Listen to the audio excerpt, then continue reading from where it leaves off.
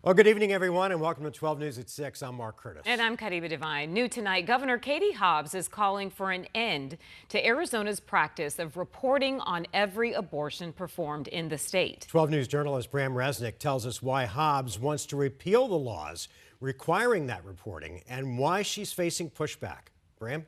And Mark, Arizona's Department of Health Services is required to issue reports every year on 24 pieces of information, but not the patient's names from every abortion. Governor Katie Hobbs wants to end all that, but the state's former public health director is saying slow down. Democratic Governor Katie Hobbs was a leading supporter of a new voter-approved law that protects abortion rights in Arizona. I trust women to make the decisions that are best for them. Now Hobbs wants the state to stop gathering any information on abortion in Arizona. The government has no place, she said, in surveilling Arizonans' medical decision-making or tracking their health history. The governor's facing pushback from a former state official who oversaw the state's annual reports on abortion. Some of the data in the ADHS required reports is useful for public health and healthcare purposes. Former Arizona Public Health Director Will Humble says he'd keep reporting demographic information, complications, treatments, whether it was a medical or surgical abortion. I think the governor is on track if you consider some of these other invasive pieces of reporting that are not really useful for public health purposes.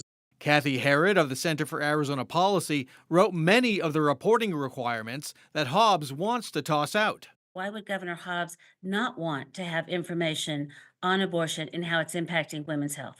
Herod points to what she views as useful information. If a woman's asked if she's a victim of sexual assault, she says yes, then she's given information on how to report that crime. That is a useful statistic to know how many women are seeking an abortion because of a sexual assault. DHS's 38-page annual report on abortion was released along with Hobbs' call for an end to reporting. Abortions in Arizona dropped sharply over the last 2 years to 8 per 1,000 women in 2022, then 8.8 per 1,000 in 23. That came amidst legal turmoil spawned by the overturning of Roe versus Wade. There's a good chance that there were at least a couple thousand more abortions than were in the report. They just occurred in California, Nevada, New Mexico, and Colorado. Governor Hobbs faces challenges to repealing all the laws requiring the abortion reports. The Republican-controlled legislature is unlikely to go along, and that could force the governor to make her case to a judge. Bram Resnick, 12 News. Bram, thanks. Tonight